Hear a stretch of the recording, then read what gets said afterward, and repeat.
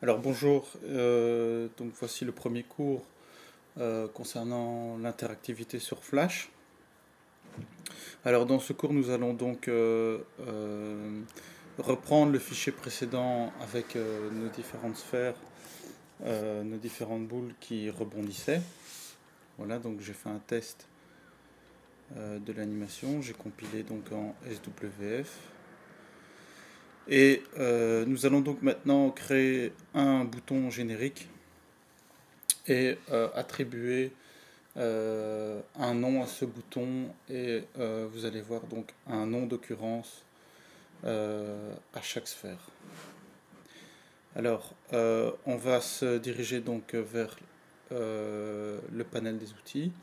On va prendre donc l'outil rectangle. Ce qu'on va faire, c'est supprimer la couleur de contour, simplement en venant cliquer donc sur la couleur et en sélectionnant la petite icône blanche barrée rouge qui se trouve en haut à droite. Et on va tracer un simple rectangle. Voilà, on va donc sélectionner ce rectangle qui est une forme et comme pour les boules qui étaient précédemment, on avait dû les convertir en symboles pour pouvoir les animer. Ici, on va également convertir en symbole, donc en clip, pour pouvoir attribuer une action à nos boutons. Donc, je rappelle, F8 et FNF8 pour les utilisateurs Mac. On va l'appeler bouton. Alors, on ne convertit pas en bouton ni en graphique, on va essentiellement travailler en clip. Donc, on laisse le type en clip. Voilà. Donc, il s'est bien enregistré dans notre bibliothèque ici sur la droite. Et alors, ce qu'on va faire, on va copier ce bouton plusieurs fois pour pouvoir à chaque fois lui attribuer des actions sur les différentes propriétés de nos boules. Donc on va faire un CTRL-C et pomme-C. Voilà. Et ce qu'on peut faire, c'est faire un majuscule CTRL-C, majuscule CTRL-V ou majuscule pomme-V pour les utilisateurs Mac. Et on peut venir déplacer, on voit, voilà. En faisant majuscule CTRL ou majuscule pomme, ça veut dire qu'on copie le bouton au même endroit et on fait la même manipulation, voilà, comme ceci.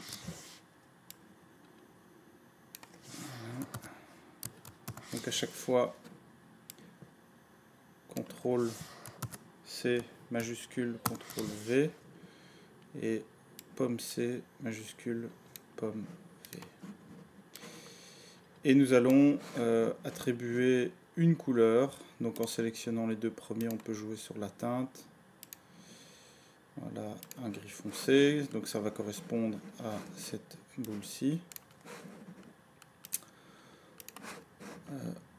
Un bleu foncé. On va sélectionner ces deux-ci. On va attribuer un gris clair. Alors, ici, on va prendre cette couleur-ci. Et une dernière couleur qu'on va trouver ici. Voilà. Alors, pour identifier les boutons et pour identifier les sphères, on va devoir attribuer un nom donc à chaque bouton et à chaque sphère.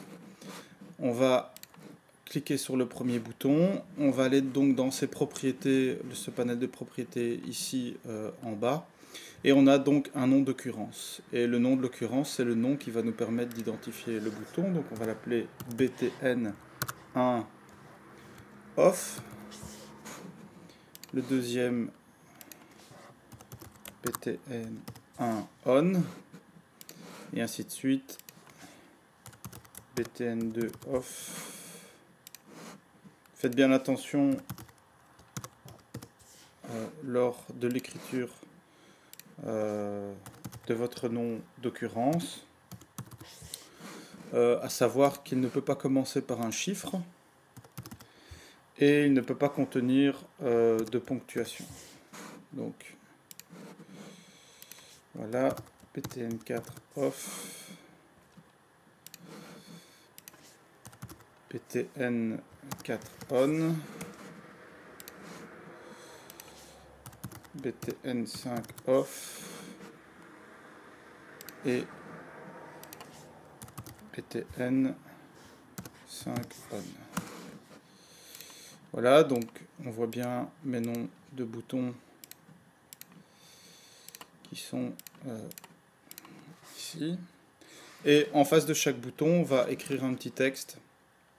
Donc là, on va aller chercher l'outil texte qui se trouve dans la barre d'outils. On va cliquer ici. Moi, j'ai pris une fonte Arial en 12. Et on va écrire animation. Voilà. On fait un CTRL-C majuscule CTRL-V. Copier à chaque fois en place. Pomme C majuscule pomme V pour les utilisateurs Mac. Voilà. On reprend notre outil texte. Alors pour le deuxième, on va écrire déplacement. On va interagir sur le déplacement. Sur l'opacité pour le troisième. Sur la taille du quatrième et sur carrément la visibilité du dernier. Alors ce qui nous reste à faire, c'est donc de nommer chacune des balles, chacune des boules, pour pouvoir les identifier. Donc là on va cliquer sur la première boule et comme pour les boutons, on va écrire un nom d'occurrence. Donc attention, balle 1, balle 2.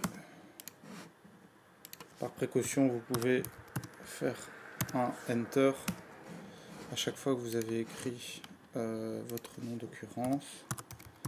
Balle 4, Enter. Et balle 5, Enter.